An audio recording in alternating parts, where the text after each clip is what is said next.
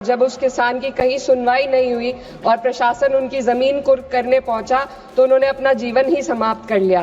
शामली में एनएचआई ने किसानों की जमीन ले ली, मगर मुआवजा देने में सरकार ने इतने पेच लगा दिए कि आज उन्हें बाजार की दर से भी कम मुआवजा मिल रहा है। किसान धरना दे रहे हैं, उन्हें उनका मूल्य देने की बजाय उन पर मुकदमा दायर कर दिया गया है। लगभग 26 किसानों पर मुकदमा दायर कर दिया गया है, जो कि बहुत ही शर्मसार है। आज मैं 2025 के वित्त विधेयक पर अपने विचार रखने के लिए खड़ी हूँ। सरकार इस बजट को जन कल्याणकारी बता रही है, लेकिन क्या ये वास्तव में गरीबों, किसानों, श्रमिकों और मध्यम वर्ग के हितों की रक्षा करता है? क्या ये युवाओं को रोजगार देगा? क्या महंगाई में राहत देगा?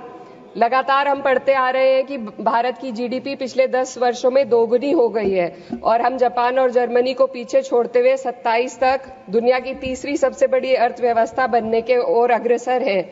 लेकिन यह उपलब्धि तब फीकी पड़ जाती है जब हम प्रति व्यक्ति जीडीपी के आंकड़ों को देखते हैं, जिसमें भारत विश्व स्तर पर 100 से अधिक देशों से पीछे है।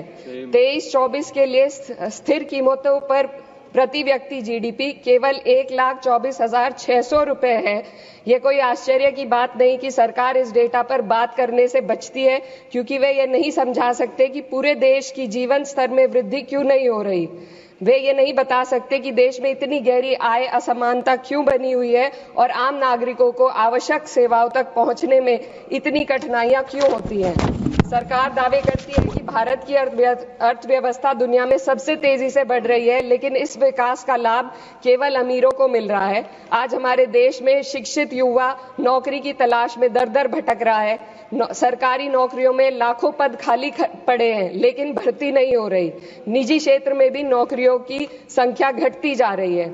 उधर देश की शीर्ष 1% अमीरों के पास 40% से अधिक संपत्ति है, जबकि करोड़ों लोग 2 वक्त की रोटी के लिए संघर्ष कर रहे हैं। यह आर्थिक असमानता लगातार बढ़ रही है क्योंकि सरकार की नीतियां बड़े उद्योगपतियों को फायदा पहुंचाने के लिए बनाई जा रही है, जबकि गरीबों और मध्यम वर्ग को महंगाई और टैक्स के बोझ तले दाबा जा रहा है।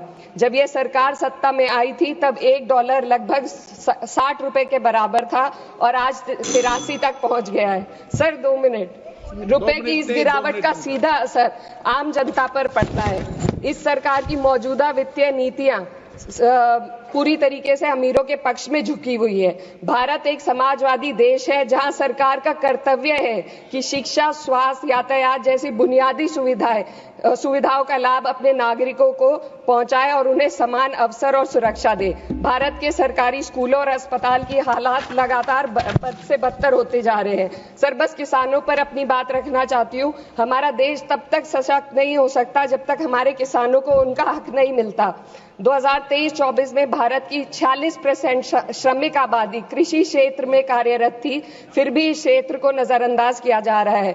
सरकार किसानों की आय दुगनी करने का वादा करती है, लेकिन असलियत यह है कि खेती की लागत बढ़ रही है, जबकि किसानों की आमदनी स्थिर बनी हुई है। ट्रैक्टर और हार्वेस्टिंग मशीनों पर 12% जीएसटी में सर 1 मिनट सर, किसानों का मुद्दा है, बस 1 मिनट सर, खत्म कर लें। हार्वेस्टिंग मशीनों पर 12% जीएसटी से किसानों को परेशानी और बढ़ रही है।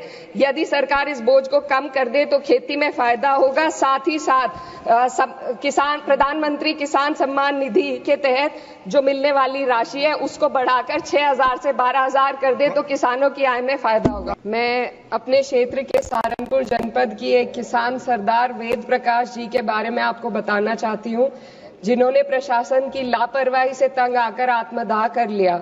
उनकी जमीन का विवाद 1 दशक से लटका था। जब उस किसान की कहीं सुनवाई नहीं हुई और प्रशासन उनकी जमीन कुर्क करने पहुंचा तो उन्होंने अपना जीवन ही समाप्त कर लिया। इसी तरीके से कई जगह पर ग्राम कलसी में किसान धरने पर है। वहां सरकार ने उनकी जमीन तो हाईवे के निर्माण के लिए ले ली, लेकिन उन्हें श्रेणी के जाल में उलझाकर मुआवजे से वंचित कर दिया। शामली में एनएचआई ने किसानों की जमीन ले ली, मगर मुआवजा देने में सरकार ने इतने पेच लगा दिए कि आज उन्हें बाजार की दर से भी कम मुआवजा मिल रहा है। ग्राम भाजू के करीब कट का वादा सरकार ने किया और सरकार के अधिकारियों ने किया, लेकिन उसे भी सरकार पूरा नहीं कर रही है। जनपद शामली में चीनी मिलों के पास कम से कम 30 करोड़ का बकाया है और थाना भवन के मिल पर जो मैम एक मिनट, जो किसान धरना दे रहे हैं उन्हें उनका मूल्य देने की बजाय उन पर मुकदमा दायर कर दिया गया है। लगभग 26 किसानों पर मुकदमा दायर कर दिया गया है, जो कि बहुत ही शर्मसार है।